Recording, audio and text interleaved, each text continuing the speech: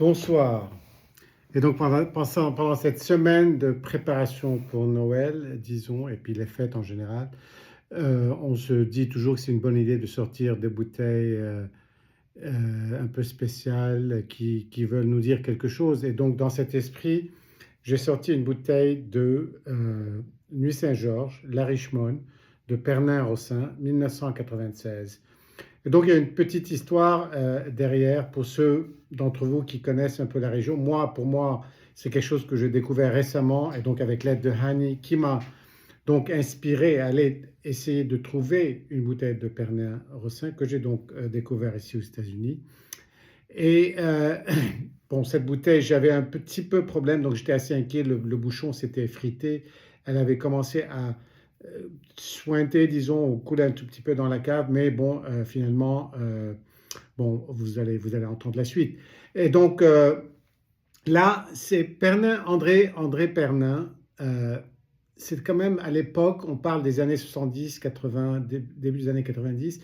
C'était une époque où il y avait quand même pas mal de controverses en Bourgogne, surtout avec la chaptalisation et la difficulté d'atteindre les niveaux d'alcool désirés dans les cuvées. Et aussi un peu un manque d'impatience de pas mal de viticulteurs qui, quand même, trouvaient que la chaptalisation était un remède à tout.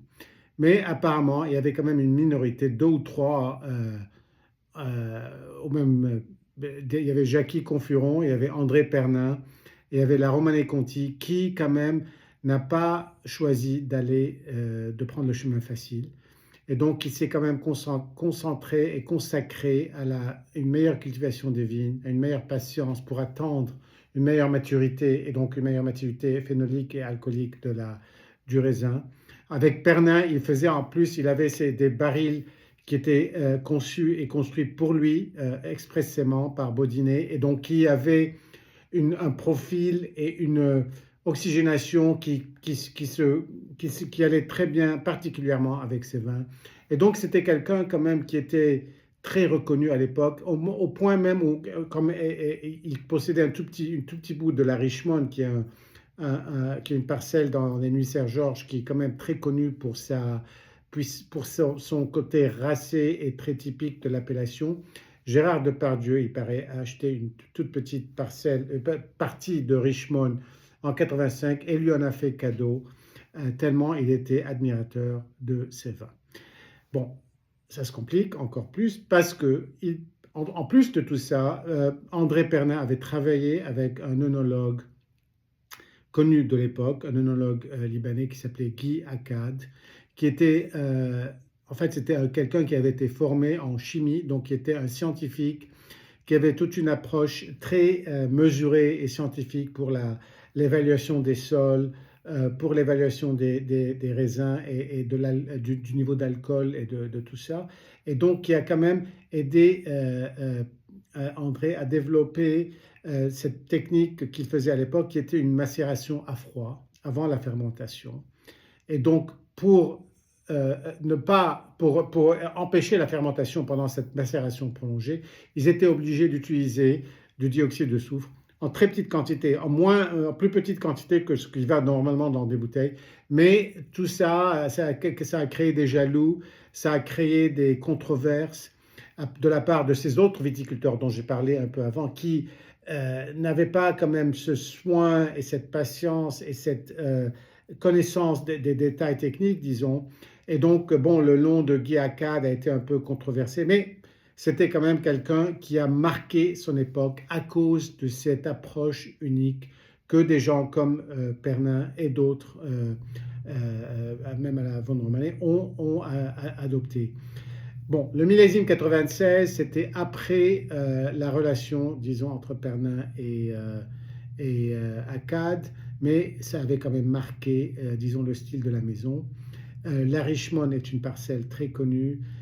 Ces vignes ont en fait été vendues à Perot-Minot depuis. Donc maintenant, les vins de la Richemond, de ces Perot-Minot, les vins de Perot-Minot viennent des parcelles d'André Pernin. Et donc, bon, voilà pour boucler un peu l'histoire, et à des prix, bien sûr, beaucoup plus élevés. Et donc là, ça c'est un peu le background, disons, de ce vin. et de cette histoire pour moi qui a été toute une découverte. Bon, maintenant on a le vin lui-même. Comme vous voyez, bon, aussi, bon, on va en parler.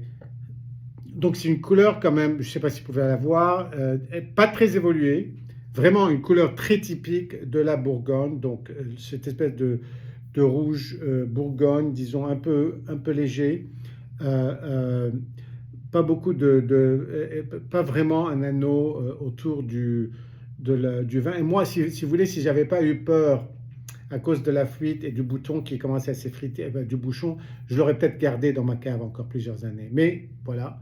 Et donc au début, quand je l'avais ouverte, j'étais inquiet, il y avait une espèce d'amertume, le nez était déplaisant. Ça, c'était hier. On en a consommé un peu la moitié avec ma fille. Bon, ça, on a bien apprécié. C'était quand même un vin très différent. Mais je voulais lui donner la chance disons, de se rétablir. Et donc, on va en parler ce soir. Et là, c'est tout à fait différent. Là, je retrouve vraiment un beau Bourgogne. Donc, la, la, les pétales de fleurs, les pétales fanés, un tout petit peu de cassis, ce qui, il paraît, est quand même assez typique des Nuits Saint-Georges. Même un peu d'anis, de réglisse, disons, et moins d'amertume, beaucoup moins d'amertume qu'hier. Donc quand même, on retrouve un peu du fruit qui après 30 ans, n'est pas, quand même, est assez incroyable.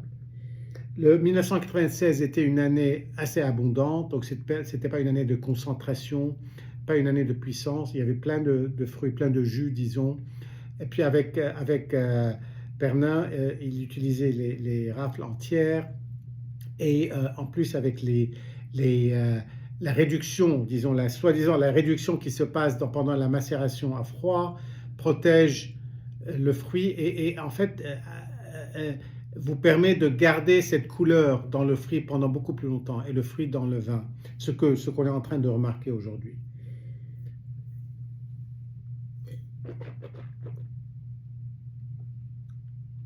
Une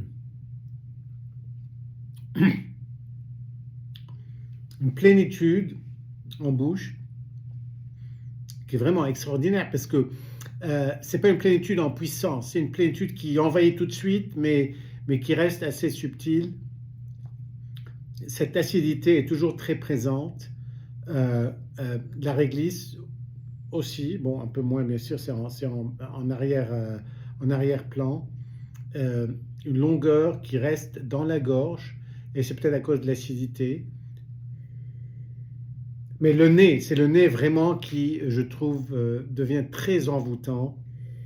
Et encore, ce n'est pas un nez exubérant au niveau du fruit, mais c'est un nez subtil, avec les couches dont je vous ai parlé. Et quand même, quand on pense à ce vin, à cette bouteille qui était pas en très bon état, après, je ne sais pas ce qui s'est passé dans la cave, qui a quand même 30 ans, je sais pas, je l'ai acheté il y a 1 an, donc je ne sais pas par où elle est passée.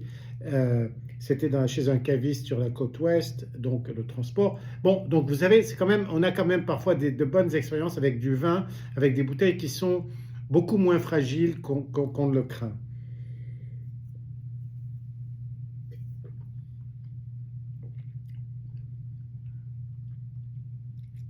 Une petite amertume quand même, que j'aime bien parce que c'est un peu différent, disons, des Bourgognes d'habitude.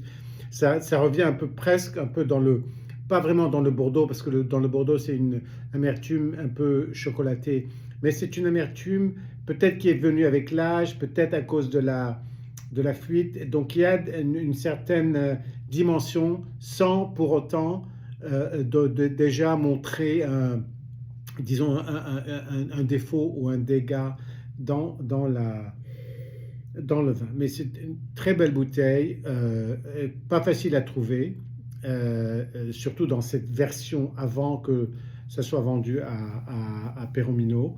Mais vraiment, c'est un style, c'est une philosophie, c'est une honnêteté dans ce qu'ils ont essayé de construire que je trouve qu'on retrouve dans le verre. Cheers et à très bientôt.